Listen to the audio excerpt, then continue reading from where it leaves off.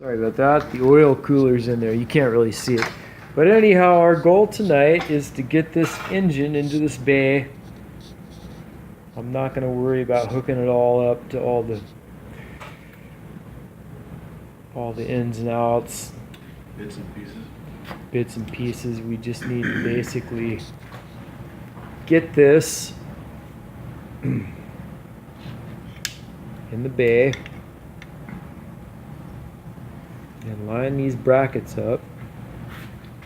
One here and one here with hangers, if you will.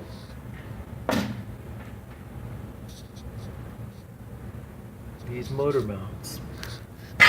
Oil filters in the way there, but there's, trust me, one down right there, motor mount. Alright, so we're going to get working here and we'll check back in when we're getting ready to lower the engine.